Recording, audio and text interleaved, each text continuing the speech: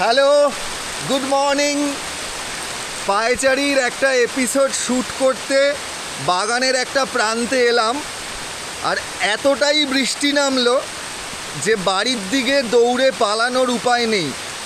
সাত সকালে ভিজে গেছি। আমার বাগানে বৃষ্টি নামলে ঠিক চারদিকটা এরকম লাগে। যেটা বলতে আজকে এসেছিলাম, পায়চারির এপিসোড দেখে অনেকেই বলেছেন তাদের খুব ভালো লাগছে, আর অনেকেরই প্রশ্ন যে এই যে এত বড় একটা বাগান, আমি কি এই বাগানটার মালিক? এই কদিনে এত প্রশ্নের একটাই উত্তর, আমি মালিক নই, আমি মালিক। আমি মনে করি এই বাগানটা রক্ষা করার দায়িত্ব আমার।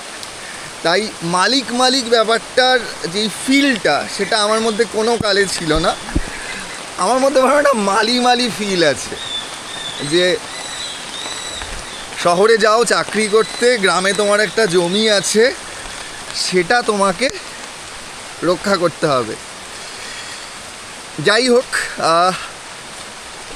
সাত সকালে আজকে খুব একটা ভেজার ইচ্ছে ছিল না, কারণ বেশ ঠান্ডা ঠান্ডা লাগছে আজকে। বাগানের এতটা দূরে এসছি, এত জোরে ঝমঝমিয়ে বৃষ্টি নামলো যে ভিজতে হলো, মানে বাধ্য হলাম। এবার একটু ঠান্ডা ঠান্ডা লাগছে, চান করতে হবে, তাই বাড়ি যাই। সবাই খুব ভালো কাটাও, সারাদিন ভীষণ ভালো কাটুক, আনন্দে থাকো, খুশিতে থাকো। দেখা হবে পায়চারির নতুন এপিসোডে।